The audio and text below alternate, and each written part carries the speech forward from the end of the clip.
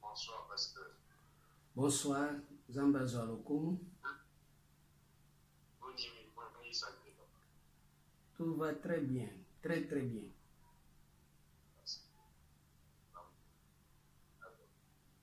Vous savez que depuis la dernière fois, en tout cas, on a eu un peu plusieurs réactions. Il y a concernant la question qu'on a eu la dernière fois sur le Testament. Les gens se posent des questions. On y a quand même, aujourd'hui, il y aura quand même plus de questions par rapport à ce que vous avez déjà dit, histoire de permettre aux uns et aux autres de se rattraper.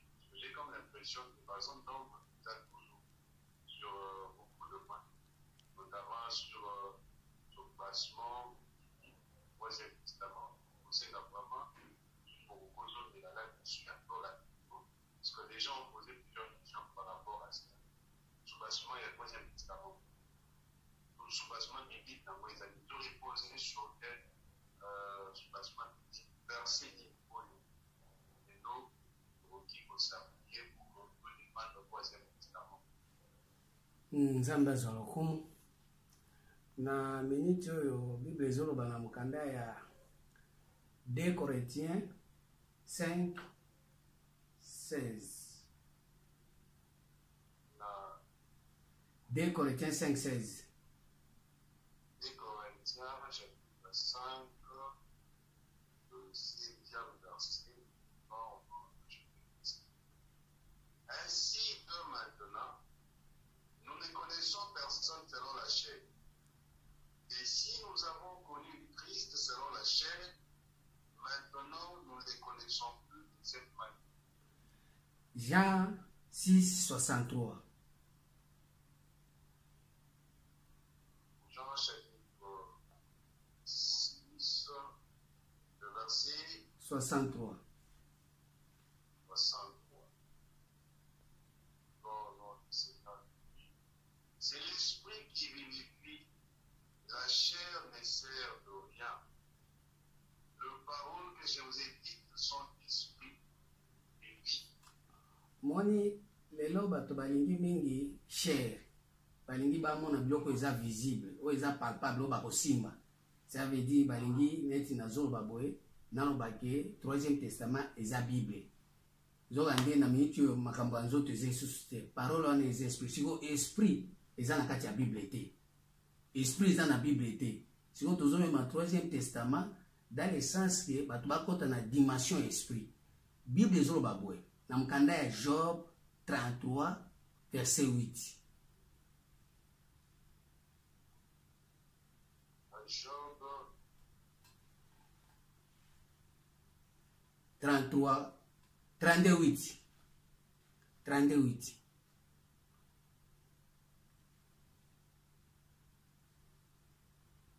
Job 38. Mm. Mais en réalité, dans l'homme, c'est l'esprit. Tout que du tout puissant qui donne l'intelligence. Moi, sikoyo, en réalité, dans l'homme, c'est l'esprit, le souffle du Tout-Puissant qui donne l'intelligence. Intelligence, c'est dans la carte de la Bible. Intelligence, c'est dans la carte de l'esprit. Sur le Troisième Testament, tozo ya sous makambote que mutoa se basé kaka Bible nangai nzambe alobi nzambe non. Eza siko otangi sabato siko makambo eza na carte de l'esprit. Pamba de so déjà to koti na carte de l'esprit, de to koti na Troisième Testament. Mais so toza li bande esprit, toza na ba birochir, toza na ba Bible, toza na ba livre. Toza na ba Premier Testament na Deuxième Testament parce que kuna ezali ba loi, kuna ezape na vérité na grâce. Or vérité na grâce ezali Deuxième Testament, loi ezali Premier Testament. Mais ce que tozoya na niveau ya esprit, ya momoni na Hébreux 10 verset 16.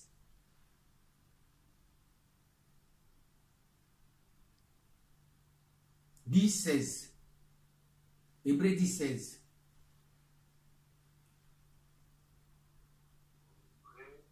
16.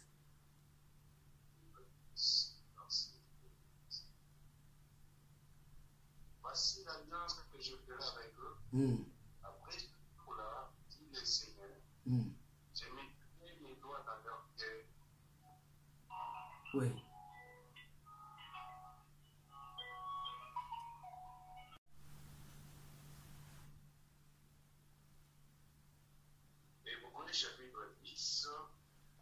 16. Verset 1. Dans notre Seigneur Jésus. Voici l'alliance que je ferai avec vous. Après ce jour-là, dit le Seigneur, je mettrai mes lois dans leur cœur et je les écrirai dans leur esprit. Katawana. Omoni makambo ya troisième testament eza makambo ekomami sikoyo na esprit. Ndenge ekomami na esprit, kozela yango te na brochure, kozela yango te na Bible. Il faut kotanga yango na esprit. Sikoyo mpona kotanga na esprit nde ekomi mpasi. Yango moni ezosenga sikoyo liwa. Yango moni Jésus azoyebisa Nicodème abi, ce qui est né de la chair est chair. Ce qui est né de l'esprit est esprit. Il faut que vous naissiez de nouveau. Troisième testament sikoyo eza naissance, nouvelle naissance. Or, nouvelle naissance, est sous par rapport à la chair. Chair, c'est-à-dire quoi? Olingi biloko eza visible, eza palpable, eza retouché. Or, biloko wana nyonso eza nzoto. Mutu apesaki chair wana, ce n'est que diable, nyoka, tango afungolaki mutu misu, nde alakisaki chair. Mais nzambe atiaki chair te, nzambe atiaki esprit. Yango moni, tango atiaki souffle na ezalaki esprit. Mais bato balongoli souffle wana olia kosalela yango esprit basalela yango siko chair. Tozozongisa siko bato na kati na esprit de façon que bato babanda kotanga na kati na esprit. Or kotanga na esprit 2 Corinthiens 3 verset 6. 2 Corinthiens chapitre 3 6e verset.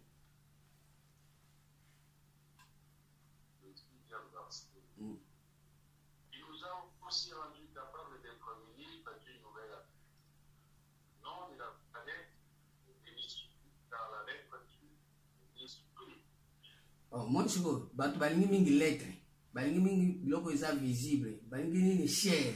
Or livre wana ya chair eza livre Moïse ayaki nango, livre wana ya chair eza livre Jésus ayaki nango. Mais siko nde tozoya na 3e testament, Jésus aza lisusu te, tozoya nde na Christ. O Christ nde ayaki na corps. Tolingi susu chair te, tolingi corps. Parce que chair ezali par rapport na lumière ezota na ciel. Yango moni Jésus tango autaki na ciel apesaki bato pain du ciel. Or pain du ciel ezolakisa bato makambo ezali chair. Pain man ya Moïse ezolakisa bato makambo ezali loi. Mais ndenge tozoya siko na esprit tokokota esusu na pain du ciel te, tozoya na pain d'en haut. Lipa oyo euti likolo. Or lipa ya likolo po olia yango okolia yango na esprit. Po olia yango, po vivre yango eza na esprit. Or le même pain wana yango Jésus ayaki nango na première alliance oyo ezali mibeko bato bakomprena ete, ayaki nango pe na grâce bato bakomprena ete. Yango moni na Jean 14 verset 6 elobi boye. Je suis le chemin, la vérité et la vie. Tu vois, chemin, vérité, vie wana, aptambisi batoka na chemin, vérité, vie. Mais après ça qui bango, vie éternelle. Or, vie éternelle, ils n'allaka jamais na chair. Chair, ils allaka na vie passagère. Chair, ils ont na vie passagère. Tu vois, na 3e testament, tozo longola siko bato na chair, to matisa bango na esprit, bako na vie éternelle. Or, vie éternelle, ils ont connaissance en Zambé, na Jésus-Christ par rapport à Jean 17, verset 2 à 3.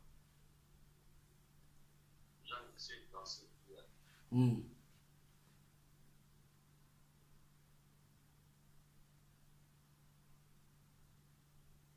Jean 17, verset 2 à 3. C'est l'homme que tu as donné pour voir sur toute chair, afin qu'il tombe la vie éternelle à tous ceux que tu lui as donnés. Or, à qui éternel, ceux qui te connaissent, toi les seuls vrais dieux, et c'est lui que tu as envoyé, Jésus-Christ. Oh, siko na minute oyo vie éternelle wana mutu atamo baza nango te, bato nyonso baza na vie passagère par rapport na vérité na grâce. Vérité na grâce ezomema bato na vie passagère. Mais vie éternelle eza connaissance ya père na connaissance ya fils ou aza Jésus te. Christ. Merci beaucoup. Donc, je vais dire qui vous ont élaboré quelque part là, parce que vous faites un peu plus d'éclaircissement par rapport à la solution que Jésus a fait ça, pain du ciel. Alors que Christ a repris sa fin d'en haut. Moi, différence souvent entre le pain du ciel et le pain d'en haut. Dans l'eau là, parce que je peux dire que l'eau là, il y a moins avec. Là, c'est dans l'île là, souvent. Puis, donc on dit que dans la boue, il y a des gens qui sont pour éviter de m'envoyer par Jésus. Vous voyez, maintenant,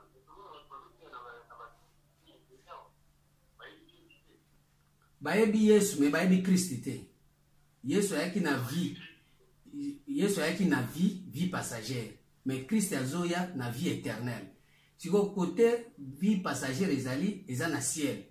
Côté vie éternelle ezali eza na ciel te, eza na lieu très haut. Bon, si vous vie éternelle pour vous yango, il faut lire lipo outil likolo. Lipo outil likolo Colossiens 3 verset 1 à 4. Colossiens 3 verset 1 à 4.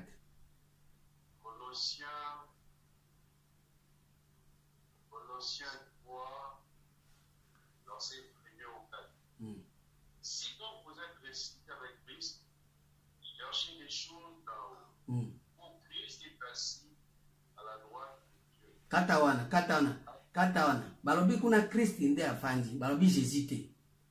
Christ nde afandi kuna. Kuna Christ nde afandi. Jésus afandi kuna te. Jésus aza na ciel. Jésus a se limité na ciel. Or Jésus soki azopresa lipo ezota na ciel, ezopesa bato vie passagère. Siko Christ azopesa lipa oyo ezota na likolo, ezopesa vie éternelle. Siko badema pa wana bato basi balia lipa ya Jésus, même batiko lia mapa ya Christ te, ezopesa vie éternelle. Ya omoni tout le monde bazo matana croix, bazo boma bango. Mutu nyonso fa mema croix na ye. Et puis mutu nyonso za condamné, il faut akufa. Or soko le lipa ya Christ vie eza passagère te, eza vie éternelle, liwe eza te. Babomaka mutu kuna te. Siko biso tozoya na lipa wana ya Christ de façon que bato bakota na vie éternelle. Or pour kota na vie éternelle, ezosenga premièrement liwa. Il faut kufa. Il faut kufa na nini? Na première alliance, ou kufa na deuxième alliance. Et au moins souvent dans Jean 5 verset 25, Jésus azoloba nini?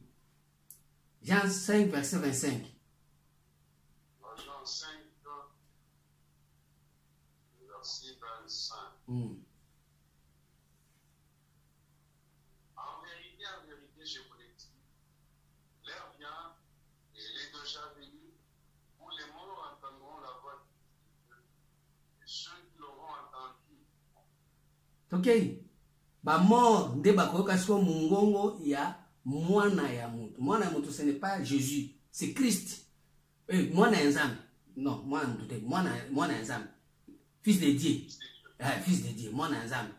Christ. Po Jésus aza mwana mutu. Mais Christ aza mwana mutu te. Christ aza mwana ya Nzambe. Pourquoi? Parce que Christ a dit, tu n'as voulu ni sacrifice ni holocauste, mais tu m'as formé un corps. Oh Dieu, je viens pour faire ta volonté. Christ a sa volonté kaka ya Nzambe. Ozomona. Mais Jésus a joué la volonté ya ba prophète, a joué la volonté ya ba pasteur, a joué la volonté même ya ba magicien. Même ba magicien ba aussi ba Bible wana bazo sala pe makambo moni pe salemi. Ba mbikuti ba sala pe makambo izo salema. Nyonso wana ezani bazo simba Jésus. Mais ba kokoka ko simba Christ te pour Christ azota na lieu très haut. Pour na lieu très haut ezali esika o père azali. Ya momoni Philippe azoi ça Jésus dit montre-nous les pères, cela nous suffit. Pourquoi? Parce que ceux qui bamoni père bakozwali pa très haut. Si au troisième testament ezo ya kola sabato nano père. Po mutu père oki kola sabato père, ce n'est pas Jésus, ce n'est que Christ. Christ ndala sabato père. Na mkanda 1 Corinthiens 15 verset 27.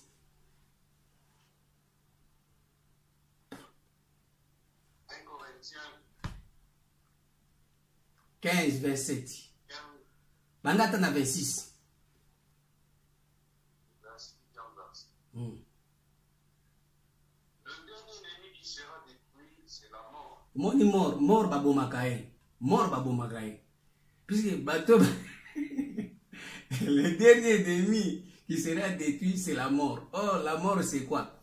1 Timothée 5, verset 6, celui qui vit dans les désordres est mort quoi que vivant. Celui qui vit dans les désordres est mort quoi que vivant. C'est-à-dire, les derniers ennemis, oh, bakobomae, et ça, bato bo vivre dans les désordres. Uzomwa batu ba vivre na désordre na makambo ya Nzambe. Siko batu wana baza ba mort. Siko bakufi pwani. Po bazo tamusa makambo ya Nzambe na ndenge ya désordre. Ba tamusa wana désordre pourquoi par rapport na Jésus. Bazo zo Jésus Père du ciel. Bazo lia yango ezopesa bango vie, mais baza na vie éternelle te, ba na vie passagère. Vie passagère c'est-à-dire quoi? Ozui musala, ozui libala, oboti, au voyager, ozui passeport, osombi bilamba, biloko nyonso Nzambe asali Nzambe asali. Mais tango kokufa biloko nyonso na kosundola ngo. Okende na eloko te. Mais siko molimo na yo tango ekokende, Nzambe siko akotuna esprit na yo. Mais esprit na ngande nganga nazwaki bilamba, Nzambe asalaki nazwaki bilamba, esika na balaki, na botaki, na voyageki nazwaki musala. Mais biloko na Nzambe ayebi yango te. Siko na kotala ka lolenge Nzambe azolinga, yango azomema biso siko na 3e testament de façon que toza esu na vie passagère te, toza na vie éternelle de façon que ata soko kufi molimo na yo tango ekokende Nzambe azoyebaka mwana na ngai ayebaki tata, ayebaki pe mwana aza na vie éternelle. Parce que vie éternelle wana, ce n'est que les mêmes vies autozo ya mbalelo o bazo banga Jésus c'est sa vie éternelle. Babi Bible bien dans Ecclésiaste 3 verset 14 dit tout ce que Dieu fait durera toujours. Il n'y a rien à y ajouter, rien à y retracer. Dieu agit ainsi afin qu'on les craigne. Mais ce que nous sommes dans ça et où mais la au monde bato babiloko bato bazana Nzambe azo sala mais ils ont melaté. Ils ont muke a joué lobi et sili sous abandi sukolela lisous. Siko biloko ba vie passager wana eza biloko Nzambe asala te. Wana biloko wana eza ba Dieu du ciel. Banzambo baza na ciel nde basala yango. Po Nzambe apesa pe pouvoir na banzambo baza na ciel ba astre. Bao baza na bazo benga bango ba être. Ba être wana baza na capacité à éclairer terre. C'est-à-dire moko aza lumière, moko aza soleil, moko aza lune, moko aza asala bango na 4e jour. So na partir ya 4e jour wana yango moni Nzambe lelo aza na kanda. Kanda neza ya nini? Na ciel. Romains 1 verset 18. Romains 1 18.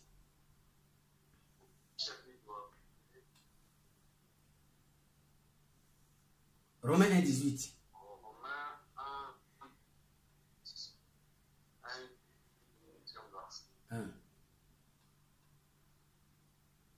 La colère de Dieu se révèle du ciel contre toute impiété et toute injustice des hommes qui retiennent injustement la vérité.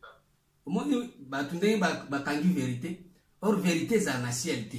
Vérité za na lietreo. Siko bato bafani na ciel bakangi vérité. Kanda Nzambe siko etelemi wapi na ciel place Jésus azali. Parce que à partir ya ba luminaire ils na ciel lelo mboke baby ba petit ba baby ba tunyoso ba baby. Pourquoi? Parce que tango bazo adorer soleil, ba adorer lune, bazo adorer étoile. À ce moment-là, miso na bango ekangami, moi je ba pénétrer ba kende ko adorer père ezate. Ba tunyoso ba tikali kaka wana. Siko na ko adoraka ba luminaire wana, ba astre wana, ba esprit wana. Et sali ke batu bokota na 3e testament ba tireka na 2e testament na 1er testament. Siko tozonga tokota bango na 3e testament, to bomanano bango. Po ete sengeli bakufi nde bayoka sikoyo mwana ya Nzambe bakufi. Ça veut dire bato baze susu na vie te. Bato basu ba abandonner vie wana po ete tango bakozala susu sans vie nde bakosekwa susu na bakoma ba nouvelle créature de façon que babande susu kokela bango lisusu na 3e testament. Yango siko moni ne tozoya boye tozolinga ke batu nyonso o bayebi déjà Jésus. C'est bon. Apesio mbongo, apesio musala, apesio voyage, apesio mandako biloko nyonso. C'est pas mauvais. Wana ezali pona homme extérieur. Eza pona homme au passager. C'est eza pona tante. Eza pona courte durée. Mais yebaki esprit na yo avant que otia mutu na se. Esenge siko ekota na kati ya 3e testament. Bakoma na motema. Puisque so bakomi na motema. Mukanda Esaïe 34 verset 16 robini. Esaïe 34 16.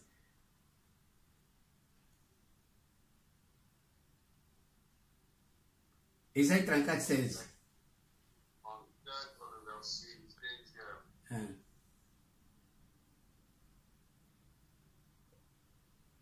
Consultez le livre de l'Éternel et lisez. Aucun d'eux ne fera défaut. Mon livre éternel, balobi consulter ango tanga eza na ba défaut. Tu vois, on eza livre éternel, soko consulter ango eza na ba défaut. Po livre ana ba komango na motema. Tu vois, makambo wana Nzambe azolinga ba livre wana bato ba mana kotambola na ba livre wana. yango soko zongi na 2 Corinthiens 3 verset 2 abi c'est vous qui est notre lettre. Mais siko bato batiki kozala na livre oyo eza na défaut te bakamati ba brochure bakamati ba roman bakamati tu vois tout ça parce que ba défaut eza ba défaut yango siko ba brochure cho na minute one tozolo babwe soko asaka ngame nango Bible bosantu etikali ka na Bible ye moko boye aoluka mosantu te ye moko boye aoso ana souci ya bosantu te Bible ezanga kande bosantu mais ye azana bosantu or Bible ezande livre éternel ezana ba défaut te c'est-à-dire comme na bosantu.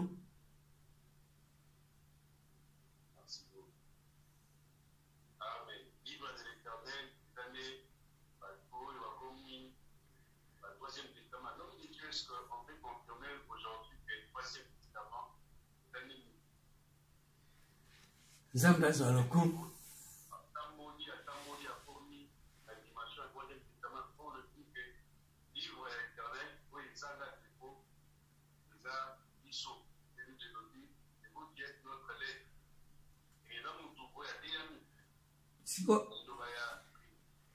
Sikoyo eza mutu me mutu ango azate.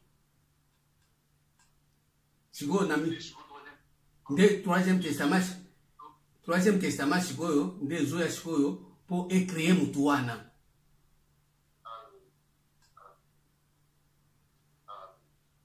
Merci beaucoup l'homme de Dieu. Je pense que tant que nous ça la problème sur le dépôt, je crois que je suis bénédiction. Il y a prochainement, mais il y a qui impose de la sur le logo la dernière fois. Et le logo est tout dans la côté. Olobi? Premièrement, tozana testament liboso eza ya Moïse oyo bato bazolanda loi.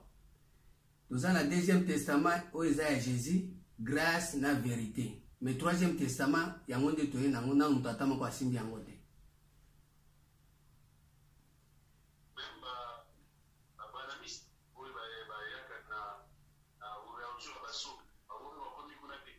Biloko wana nyonso eza biloko kuti ya baégyptien. Ba égyptien. Ézéchiel 32 verset 2 à 3. Ézéchiel 32 verset 2 à 3. Ézéchiel 32 verset 2 à 3.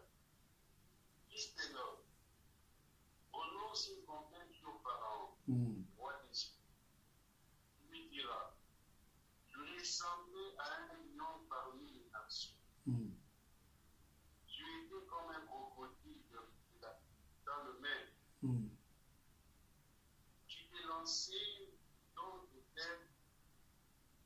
Tu troublais les eaux avec tes pieds. Ah, katawana.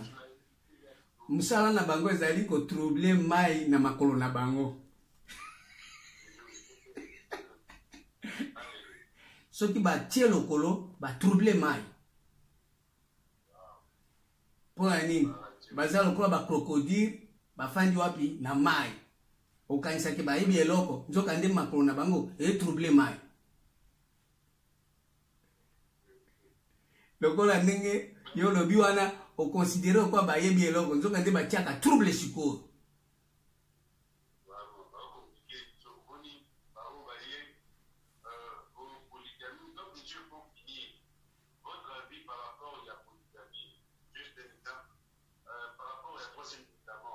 Est-ce que les logos polygamie, ils sont Romain, quoi ça m'a maman zoto te pour na troisième testament zoto ezala te. Et Luc. Wana eza ba égyptien ça bango ko troubler mai. Wana eza makamba ba égyptien ko troubler mai. Mais so que na Luc 20 verset 33 à 36. Wasi on a na pression par rapport au troisième testament. 20, 33. à 36.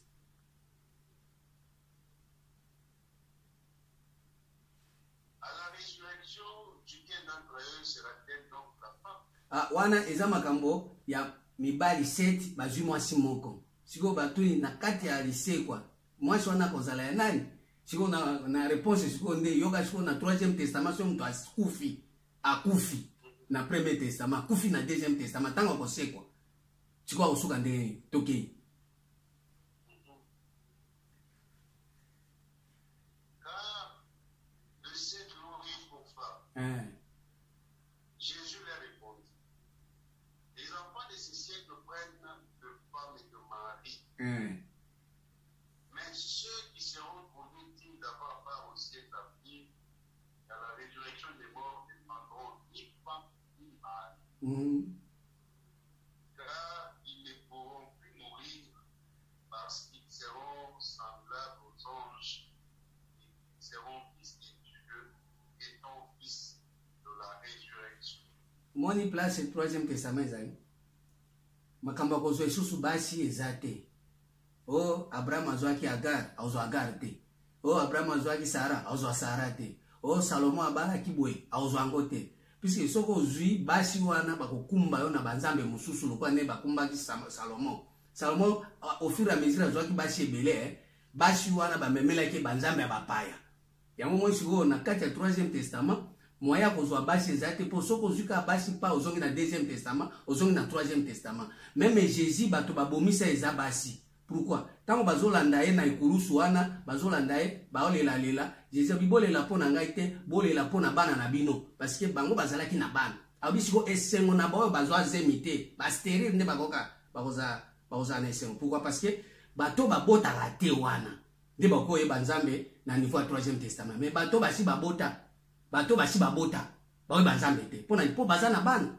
C'est-à-dire bazana ba evre zamba salinga boy zamba pesinga musala zamba pesinga ndaku zamba pesinga boy fiere wana sikoyo moya to yebisa yake wana eza makambo oyo okotika yango ekoleka eza passager il faut to luka sikoyo makambo oyo ata soko kufi molimo na yo kokoma pa nzambe alingi te pona ni poasa boti ba evre wana ba pratique wana ekopesa ye opportunité te akota na kati ya nini ya bonzambe yango moni Jésus bi bolela pona ngai te bolela pona bana na bino parce que ngai na ndimi na ngai liwa ngana ndimi na ngana longwa na 1er testament na ndimi na ngana bima na 2e testament pona komina na ke na lié très haut tango na kosekwa na kozo suma kamba basi te Jésus ayebaki makambo wana mais basi ya lelo balingi kotika bana te tango na ngolo basi bandimi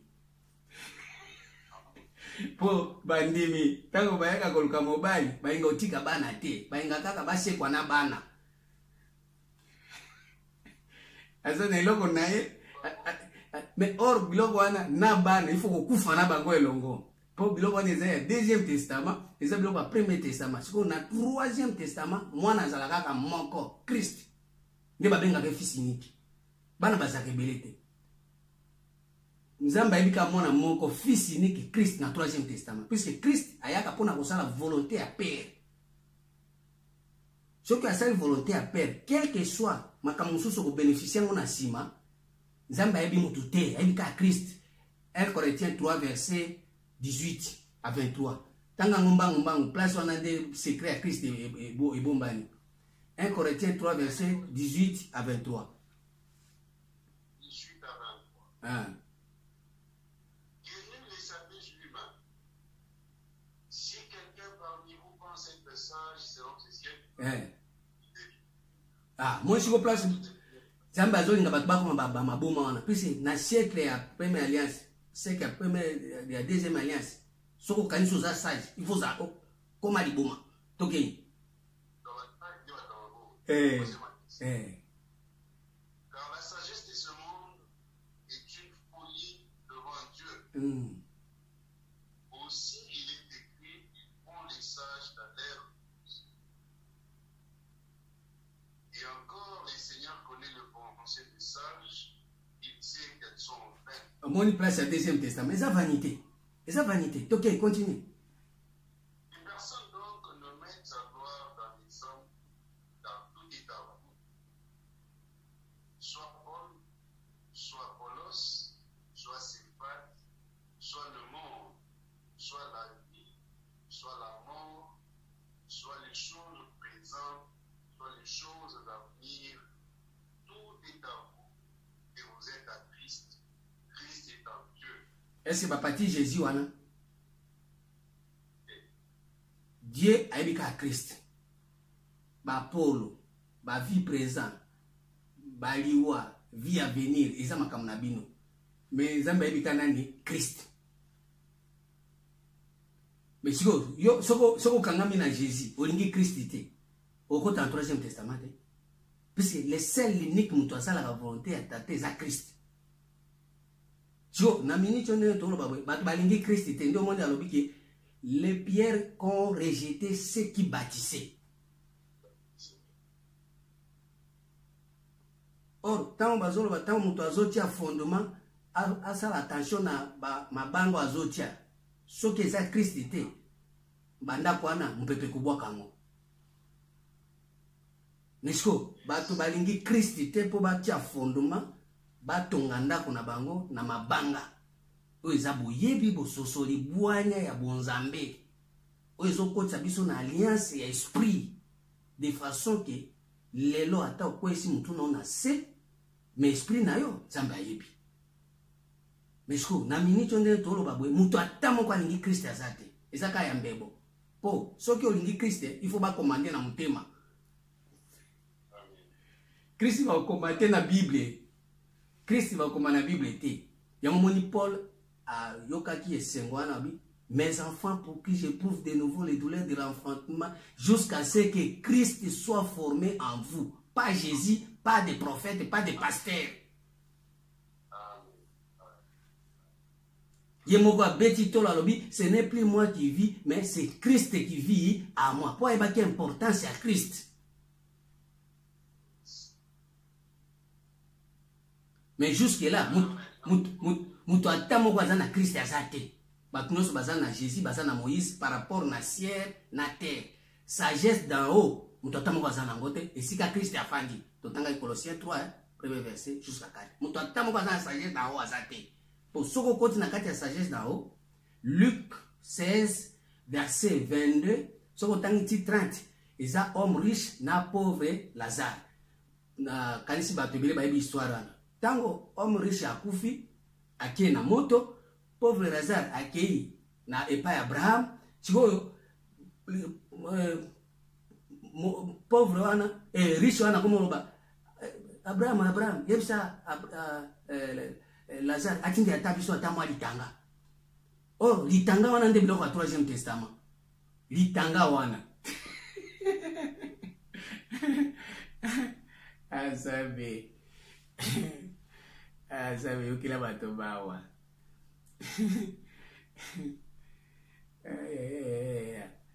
Zabe ukila bato bawa.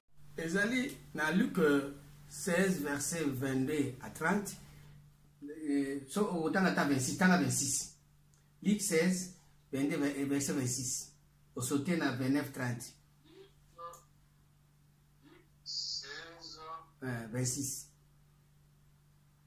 22, 26. Luc 16, tant à 26. 26. D'ailleurs, il y a entre nous et vous un grand ami, afin que ceux qui voudraient passer ici vers vous, et là vers vous, puissent pas le faire. Moi, je dis, Abi, moi, les ont empêché, ba kufa. Po, baza souci du siècle.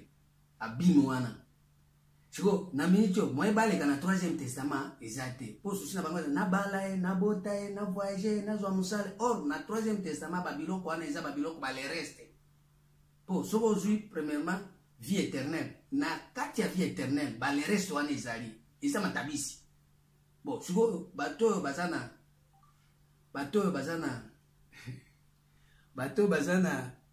babime. Bango basuzaka susinza pepe sanga po ezape basa ba prière ba pain siko moi ba kota na 3e bato bazana abime basa ka ba prière ya ba pain ba inga ko zelate vie éternelle de façon que Nzambe apesa bango ba le reste batiaka le reste liboso. Or Bible zo ba chercher premièrement le royaume et la justice de Dieu, les restes vous seront donnés par-dessus. Or siko na kati ya 2e testament ba le reste ezali. mais na troisième testament ils ont vie éternelle. Or Bible ezosenga tozwa na vie éternelle, ba le reste oyo ekoki ko satisfaire biso na vie passagère eza ba matabisi tokozwa na sima. Mais siko biso tozozongisa bato na kati ya na troisième testament po tozonga na kati ya projet, vision, destin ya Nzambe oyo atiaki bato babebisa yango. Yango siko na verset 16 verset 28 à 29 ou bien 29 à 30. Abi ata mutu soki asekui ate koyebisa bango bakoyoka te parce que kuna bazana ba Moïse, bazana ba prophète. Or ba Moïse azana première alliance, ba prophète bazana deuxième alliance. Yango wana tozwa na troisième testament po ete bato bakufi bayoka siko mongongo ya mwana mutu oyo ezali Christ, de façon que tango bakoyoka Christ bakosekwa bakokoma ba nouvelle créature. À ce moment-là, nde Nzambe akomona bango, akoagree bango, akotambisa bango na la voie sainte. Amen. Merci beaucoup. Merci à les paroles de Dieu qui peut écouter. On sent vraiment que c'est pour Dieu. Et j'espère qu'en étant fidèle, cette émission, donc on prend ma capture sur le nom. Merci, l'homme de Dieu, pasteur Samson. Merci à tout ça. Pour aujourd'hui, je pense que nous allons nous parler ici. La suite, nous aurons le prochain numéro. Et tous ceux qui voudraient peut-être soutenir l'émission, je pense que l'homme de Dieu serait le numéro. Vous pouvez donner comme ça, on va pouvoir suivre l'émission qui peut être dans la pour que nous, dans la mode sur la carte de la malade, peut-être vous appeler, peut-être vous prendre des questions par rapport à ce que vous avez dit aujourd'hui. Pour parler du temps, après il est temps de tout expliquer, peut-être que vous allez le téléphone, vous pouvez contacter dans tout moment, vous allez pouvoir vous expliquer. Alors il y a dans la troisième testament. Donc déjà vous avez un numéro pour vous verser à la dynamique. Plus 243 89 9 42 43 81 plus 243 89 9 42 43 81 ou bien si vous allez à 089 9 42 43 81. Merci. Nzambe apambola bato nyonso balandi biso. Merci. Merci beaucoup. Et rendez-vous au prochain numéro pour la suite de l'émission de l'eau. Pour la vidéo, Merci. Amen.